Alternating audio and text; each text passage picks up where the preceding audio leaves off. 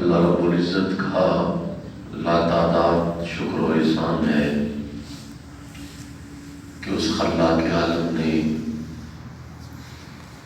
ہم سب کو انسان بنایا ہے۔ یہ اس کا کرم ہے کہ اس نے ہم سب کو انسانوں میں شمار کیا۔ اگر کوئی جانور بنا دیتا، کوئی درندہ بنا دیتا، پتھر بنا دیتا، اس کی مرضی ہے، وہ بادشاہ ہے، ہر شے پہ قادر ہے، بنا سکتا ہے۔ یہ اس کا کرم ہے کہ اس نے ہم سب کو انسان بنایا ہے، اور انسان بنانے کے بعد اس کی شان کے لائق شکر ہے، اس کے حسن کے لائق شکر ہے، اس کے کرم اور فضل کے لائق شکر ہے کہ اس نے ہم سب کو انسان بنانے کے بعد ہم سب کو حضور کا امتی ہونے کا شرف عطا فرمایا ہے۔ کسی اور امت میں شمار کر دیتا،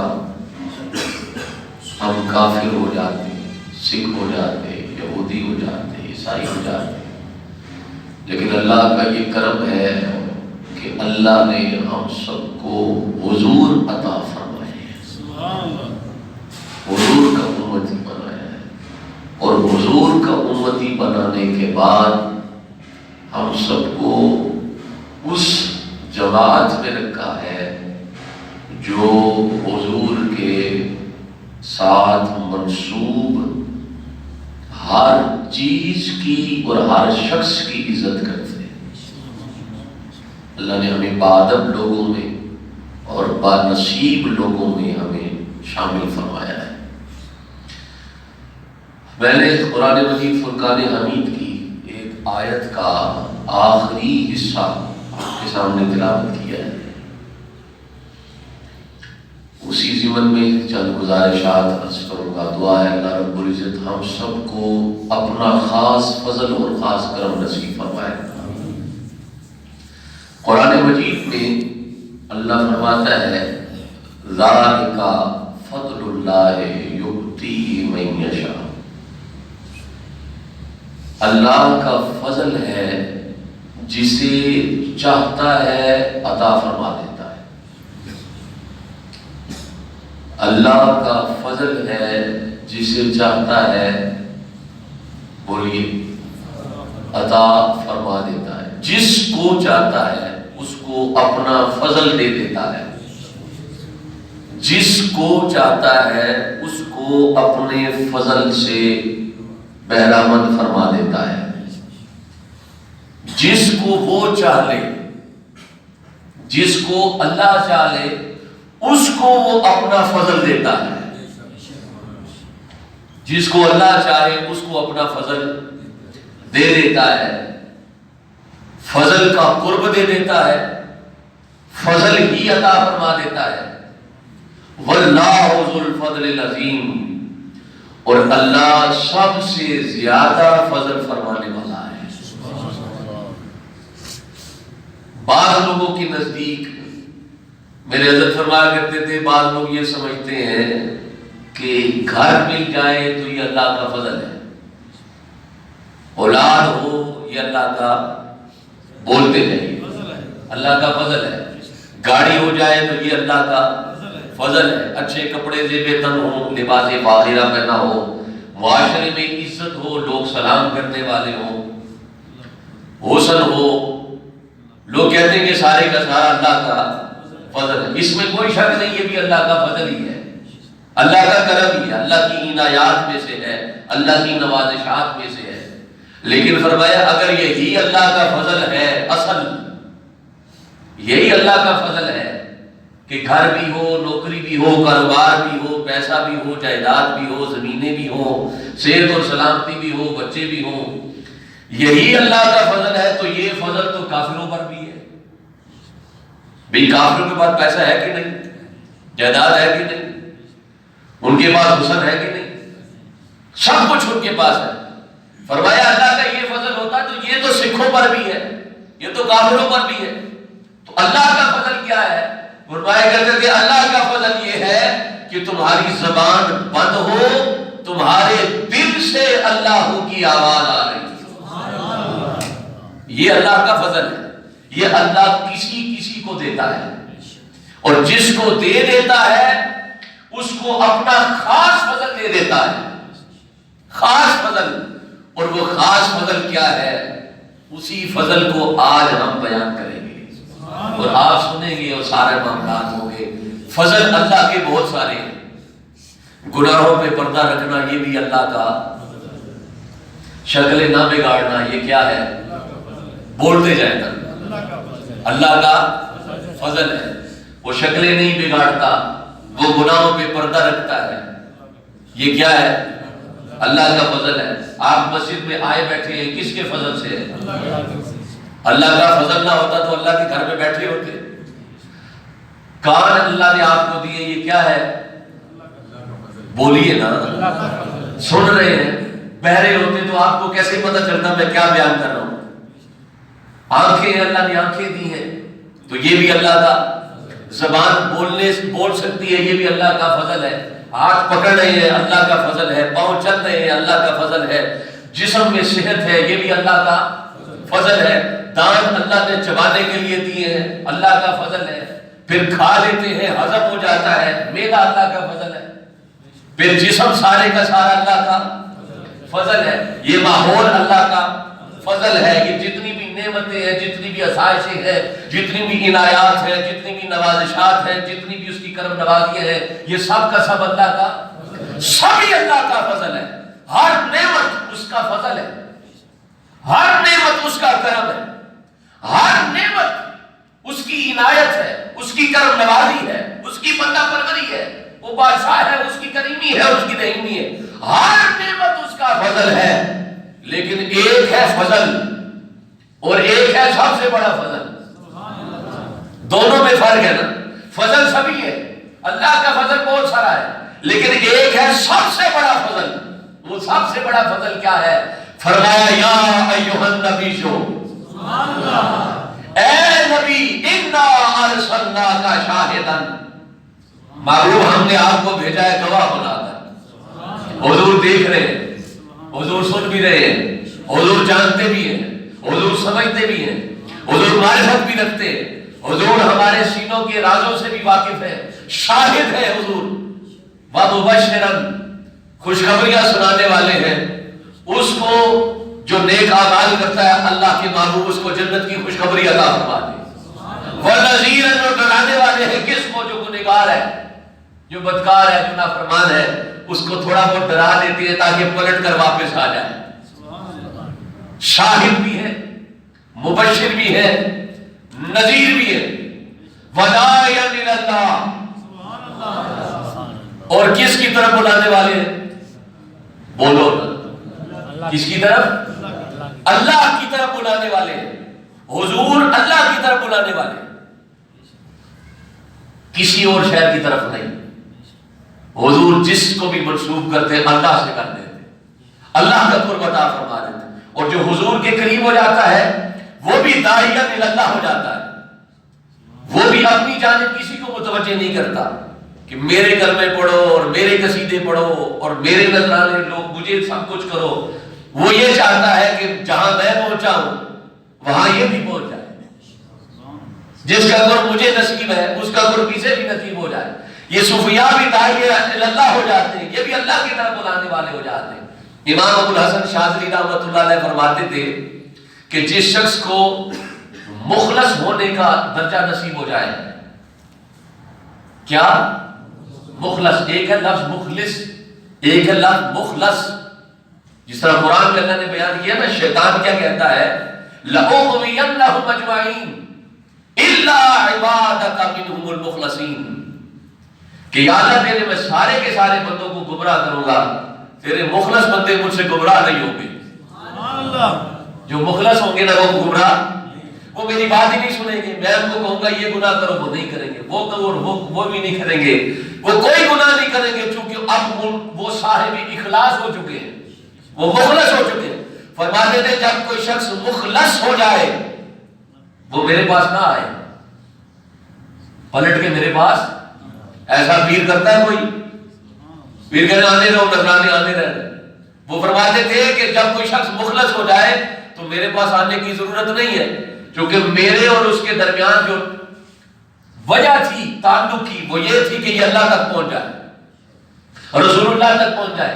یہ اللہ تک پہنچ چکا ہے, رسول اللہ تک پہنچ چکا ہے, اسی لیے تو گناہوں سے باز آ گیا ہے.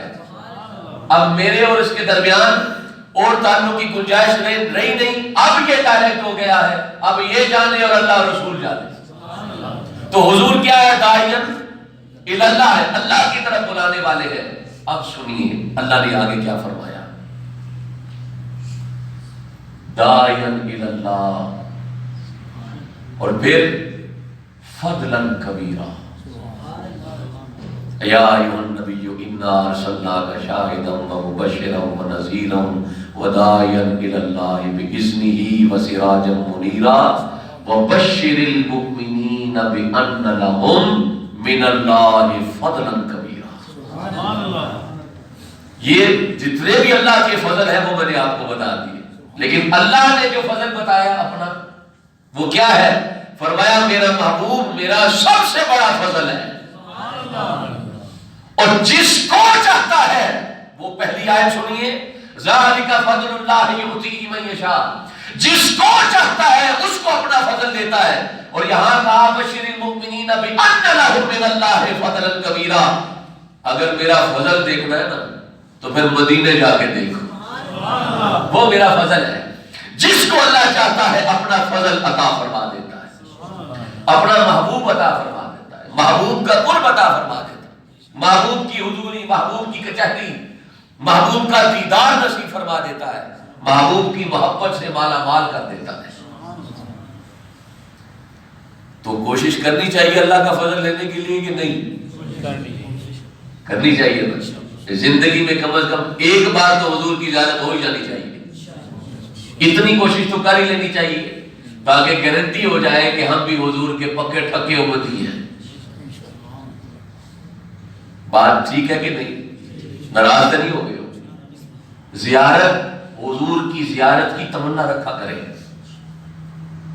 اور کبھی کوئی وقت ایسا آئے کہ آپ کی آنکھیں تر ہوں اور آپ اکیلے بیٹھے ہوں تو اس وقت ہاتھ اٹھا کر صرف یہ مانگا کریں, یا اللہ مجھے حضور کی زیارت نصیب فرما, صرف یہ مانگا کریں. اور جب حضور کی زیارت نصیب ہو گئی تو پیچھے بچا کیا ہے؟ پھر تو سب کچھ مل گیا نا.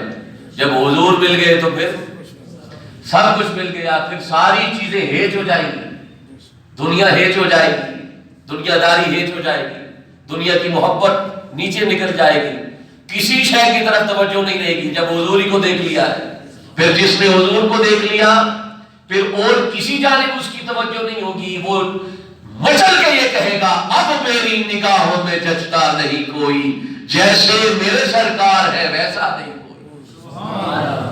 اب اس کی نگاہوں میں حضور جو آ گئے, حضور سے بڑھ کر تو کوئی حسین نہیں. اللہ نے سب سے زیادہ حسن اپنے محبوب کو عطا فرما دیا. ایک شاہ صاحب فرماتے ہیں, بڑا مزے کا واقعہ ہے. شاہ صاحب فرماتے ہیں کہ میں نے لاہور میں نا ایک حجام کو دیکھا, نائی, جس کو ہم نائی کہتے ہیں, حجام. اس کو میں نے دیکھا کہ وہ آنکھیں بند ہوتی ہیں اس کی اور وہ روتا رہتا ہے, آنکھیں کھولتا بھی نہیں اور وہ روتا رہتا ہے. میں اس کے قریب ہوا تو میں نے کہا یہ میرا نام ہے, تو تیری آنکھیں بند ہیں تو رو کیوں رہا ہے؟ آنسو تیرے تھمتے بھی نہیں ہیں, ختم بھی نہیں ہوتے آنسو, اور روتا رہتا ہے. ملدے بھی روندے تے وچھڑے بھی روندے تے روندے پھردے راہاں, عشق جنا دی ہڈی رچیا رونا کا ہونا. ہر کوئی رو بھی نہیں. رات ہوے تے بے دردانو نیند پیاری آوے, درد منانو تانگ سجن دی ستیاں جگاوے. ہر کوئی جاگ بھی نہیں سکتا، جس کے دل میں محبت ہو اللہ اس کو جگا دیتا ہے۔ کہا تو ہر وقت روتا رہتا ہے، کیا معاملہ ہے؟ اس نے کہا میں ایک بار مدینہ شریف گیا، حضور کے مواجہ شریف پہ حاضری دی، اللہ سب کو حاضری نصیب فرمائے اور حاضری کے اسباب پیدا فرمائے۔ جب میں وہاں گیا تو فرماتے ہیں کہ میں نے فرط محبت میں آ کر حضور کی جالیوں سے نہ جبھی لگا لی۔ جیسے ہی میں نے جبھی لگائی میں تو وہاں کھڑا ہوا تھا منتظم شرطا، اس نے مجھے زور سے ڈنڈا مارا، اتنی زور سے سر پہ ڈنڈا مارا کہ میں بے ہوش ہو گیا، اسی جگہ بے ہوش ہو گیا۔ جیسے ہی بے ہوش ہوا نا مجھے امام الانبیاء کی زیارت نصیب ہوئی، حضور کی زیارت نصیب ہوئی، اور حضور نے فرمایا ہماری زیارت کے لیے ڈنڈے تو کھانے ہی پڑتے ہیں، مشکلیں تو جھیلنی پڑتی ہیں، تکلیفیں تو برداشت کرنی ہی پڑتی ہیں۔ میری زیارت کرنی ہے تو پھر غریبی بھی برداشت کرنی ہے، میری زیارت کرنی ہے پھر گناہ سے بھی دور رہنا ہے، میری زیارت کرنی ہے پھر درود و سلام کی بھی کثرت کرنی ہے، میری زیارت کرنی ہے پھر اللہ اللہ بھی زیادہ کرنی ہے، اپنے آپ کو بھی پاک رکھنا ہے، صاف رکھنا ہے۔ فرمایا میری زیارت کرنی ہے تو مارے تو کھانی پڑے گی۔ تو اتنی بات ہوئی تو آقا علیہ السلام جدھر میں نے ڈنڈا کھایا ہوا تھا نا، حضور نے گورے گورے ہاتھ وہاں پہ رکھ دیے، کہ ساری کی ساری درد ختم ہو گئی۔ جیسے ہی یہ معاملہ ہوا تو میں بیدار ہو گیا، اس وقت سے لے کر آج تک آنکھیں بند کر کے بیٹھا ہوا ہوں اس امید پر کہ حضور کی دوبارہ زیارت نصیب ہوگی۔ میرا جی یہ چاہتا ہے کہ بار بار مدینہ جاؤں، بار بار جالی پکڑوں، لوگ مجھے بار بار ڈنڈے مارے اور بار بار میں زہرا کے بابا کی زیارت عطا کروں، بار بار مجھے زیارت نصیب ہو۔ یہ یقین کریں جنہوں نے دیکھا نہیں ان کو طلب ہی نہیں، جنہوں نے دیکھ لیا وہ تو چاہتے ہیں ہر وقت دیکھا کریں، دیکھا ہی نہیں اس لیے محبت بھی نہیں آئی اور چاہ بھی نہیں ہے، چاہت بھی نہیں ہے۔ اللہ اکبر۔ ایک جوان اپنے شیخ کے پاس آیا اور اس نے اپنے شیخ کو آ کر کہا حضرت میں حضور کی زیارت کرنا چاہتا ہوں، حضور کی زیارت کرنا چاہتا ہوں۔ فرمایا ٹھیک ہے بتا دیتے ہیں کیسے زیارت ہوگی۔ اس وقت اس جوان نے نا ہیرے کی انگوٹھی پہن رکھی تھی، اس نے وہ ہیرے کی انگوٹھی پہن رکھی تھی، تو بزرگوں نے کہا بیٹا تیرے ہاتھ میں کیا ہے؟ کہا یہ انگوٹھی ہے۔ کہا کتنی مہنگی؟ کہا بہت مہنگی ہے، کہ میرے سسر نے مجھے دی ہے، اس میں ہیرا جڑا ہے، مہنگی ہے۔ تو بابا جی نے کہا کہ یہ انگوٹھی مجھے دے دو۔ انگوٹھی لے لی اور انگوٹھی لینے کے بعد اپنے پاس رکھ لی۔ جیسے ہی رات ہونے لگی نا، مغرب کی اذان ہوئی، نماز پڑھی، اب اندھیرا ہو گیا، بابا جی نے انگوٹھی اٹھا کے باہر پھینک دی، انگوٹھی اٹھا کے باہر پھینک، کہا گھر چلے جاؤ۔ اس نے آگے سے کہا گھر کیسے جاؤں؟ پہلے انگوٹھی ڈھونڈوں گا پھر گھر جاؤں گا۔ انگوٹھی اتنی قیمتی ہے۔ کہا تیرے گھر میں بیوی نہیں ہے؟ کہا ہے۔ بچے نہیں ہیں؟ کہا بچے بھی ہیں۔ گھر میں اور کوئی کام نہیں؟ صبح نوکری پہ نہیں جانا؟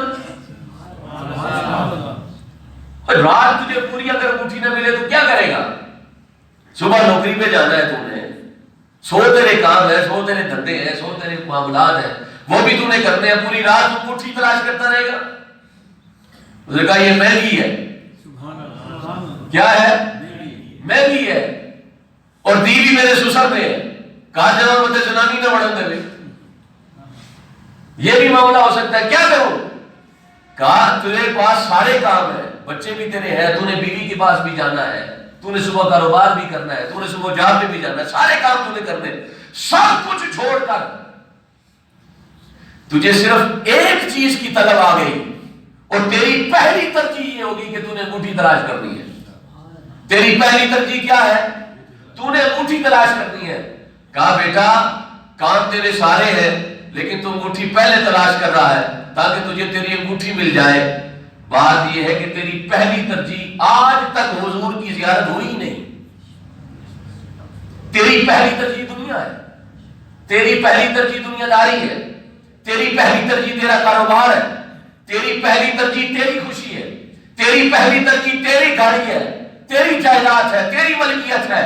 جس دن تیری پہلی ترجیح آقا علیہ السلام کی زیارت ہو گئی تو گناہوں سے بچ گیا، اپنے آپ کو صاف کر لیا، دیکھنا وہ رات خالی نہیں ہوگی، اسی رات تجھے امام الانبیاء کی زیارت نصیب ہو جائے گی. توجہ ہے آپ سب؟ بات سمجھ رہے ہیں میری؟ ہماری پہلی ترجیح حضور سے ملاقات ہونی چاہیے، حضور کا قرب ہونا چاہیے، کسی طریقے سے حضور کا قرب نصیب ہو جائے، حضور کی کچہری نصیب ہو جائے، حضور کی مجلس نصیب ہو جائے. حضرت سلطان العارفین حضرت سخی سلطان باہو رحمۃ اللہ علیہ، آپ ایک جگہ سے گزر رہے تھے تو رستے میں ایک بزرگ آئے. بزرگوں کا نام تو حضرت شیر شاہ صاحب سید بادشاہ تھے. آپ ان کے آستانے کے قریب ایک ٹیلا تھا، وہاں بیٹھ گئے، اللہ اللہ کرنے لگے. حضرت شیر شاہ صاحب رحمۃ اللہ علیہ وہ بھی اللہ کے ولی تھے، وہ بھی درویش تھے، فقیر کامل تھے. ان کا مرید ان سے مل کر باہر نکلا. سلطان باہو نے آنکھیں بند کر رکھی ہیں، جیسے آنکھ کھولی نظر صاحب میں مرید آ گیا. مرید آیا تھا تو حضرت سلطان باہو نے توجہ فرمائی، اس کے دل اللہ اللہ سے جاری ہو گیا. کیا دل اللہ اللہ سے، دل اس کا اللہ اللہ کرنے لگا. روم روم سے رگ رگ سے ہو کی آوازیں آنے لگی. جب اس کے ساتھ یہ کیفیت ہوئی تو رونے لگا اور سیدھا حضرت سلطان باہو کے قدموں میں آ کے گرا اور روتا رہا.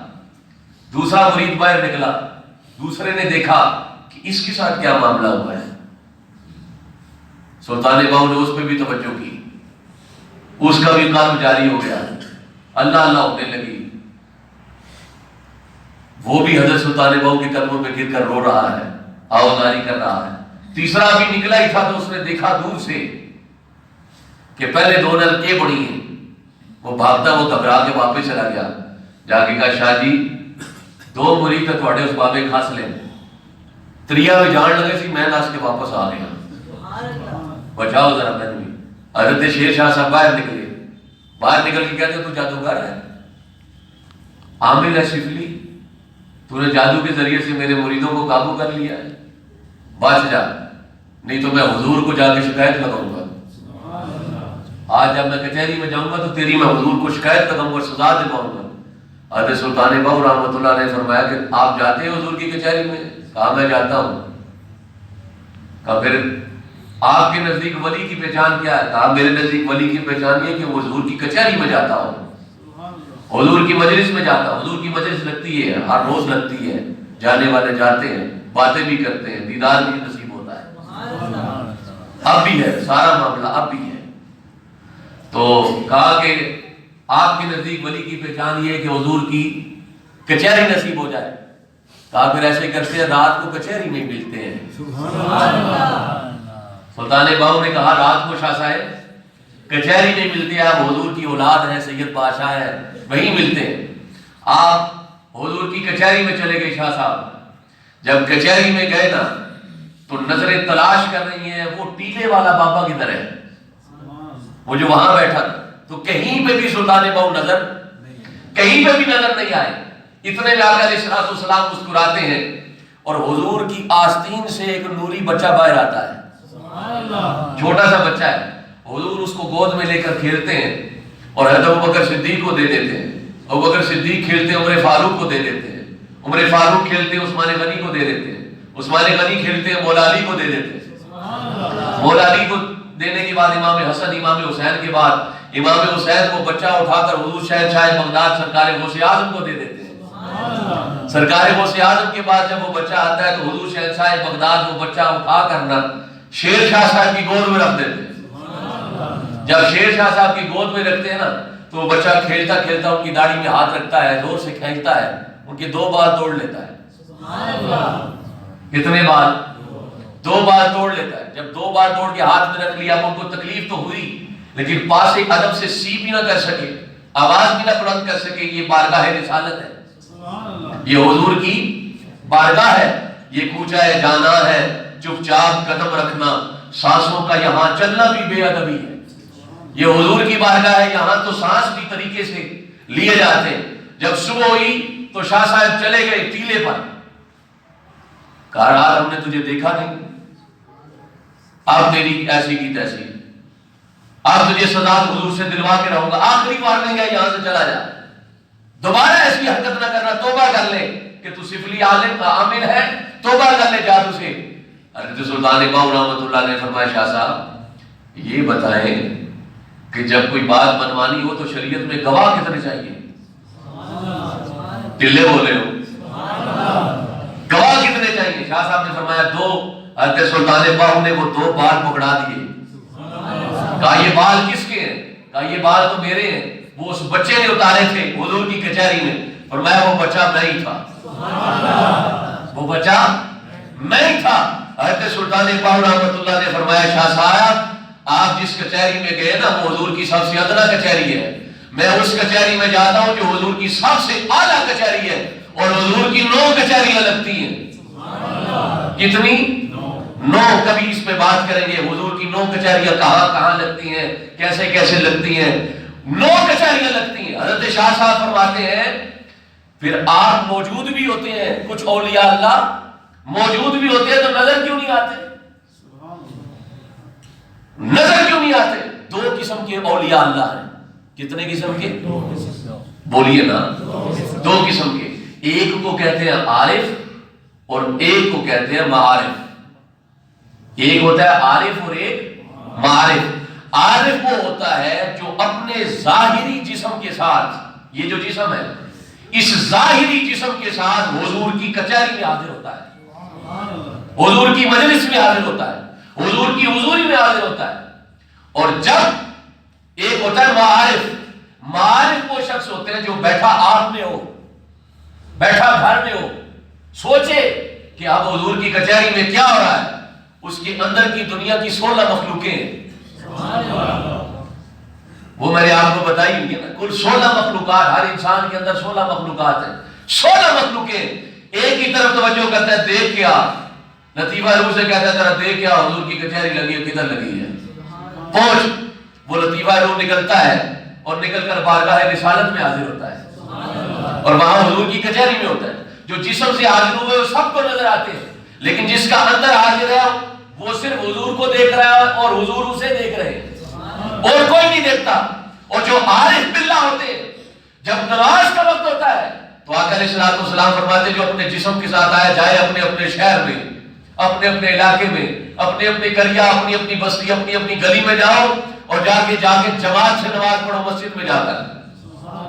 اور جو معارف ہوتے ہیں جن کا اندر کیا ہوتا ہے، جیسے لوگ کہتے ہیں فضل شاہ کلیامی نماز نہیں پڑھتے تھے، وہ میں آپ کو بتاتا ہوں وہ کون سی پڑھتے تھے، وہ معارف تھے جن کا اندر حضور کی بارگاہ رسالت میں جاتا ہے، جس کے ہاتھ اندام جاتے ہیں، جس کے اندر کے جزے جاتے ہیں، جب وہ بارگاہ رسالت میں پیش ہوتے ہیں حضور فرماتے ہیں جسم تو تمہارا مغرب میں ہے، جسم تمہارا پنڈی میں ہے، جسم تمہارا لاہور میں ہے، جسم تمہارا امریکہ میں ہے، جسم تمہارا کہاں پڑا ہے، تمہارا تو اندر میرے پاس آیا ہے، ادھر جسم ادھر ہے، تمہارا اندر ادھر ہے، جس کا اندر ادھر ہے اقامت پڑے وہ میرے پیچھے نماز ادا کرے گا۔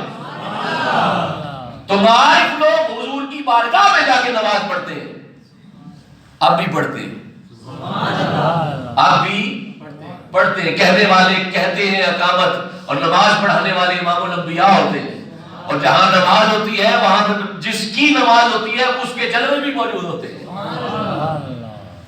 تو کچہریاں لگتی ہیں، بارگاہ رسالت میں حاضریاں ہوتی ہیں۔ اور آخری بات اور بات ختم، میں آپ کو نا یہ باتیں اس لیے سناتا ہوں تاکہ آپ میں ذوق آئے، شوق آئے کہ ہمیں بھی پہنچنا ہے وہاں، ہم نے بھی وہاں پہنچنا ہے۔ وہ زندگی کیا جو حضور کو دیکھے بغیر گزر جائے، وہ کوئی زندگی ہے؟ اس سے تو موت اچھی ہے، اس سے تو بھائی موت اچھی ہے، کم از کم مرنے کے بعد قبر میں حضور کی زیارت تو نصیب ہوگی، تو ایسی زندگی سے اچھی تو موت ہوئی۔ جس بندے کو یہ قرب نصیب نہیں اس کی کیا زندگی ہے؟ اس کی کوئی زندگی نہیں، اس کی سانسیں بے وجہ ہے، اس کا کھانا گدوں کی طرح کھانا ہے، زیارت بھی نصیب ہو پھر کھا بھی رہے ہو، مزہ تو تب ہے نا۔ زندگی سے ہی کہتے ہیں جو حضور کو دیکھتے ہوئے گزر جائے، حضور کے قرب میں گزر جائے، حضور کی طلب میں گزر جائے، حضور کی محبت، حضور کی چاہت میں گزر جائے، حضور کے لیے روتے ہوئے گزر جائے. زندگی اسی کہتے ہیں.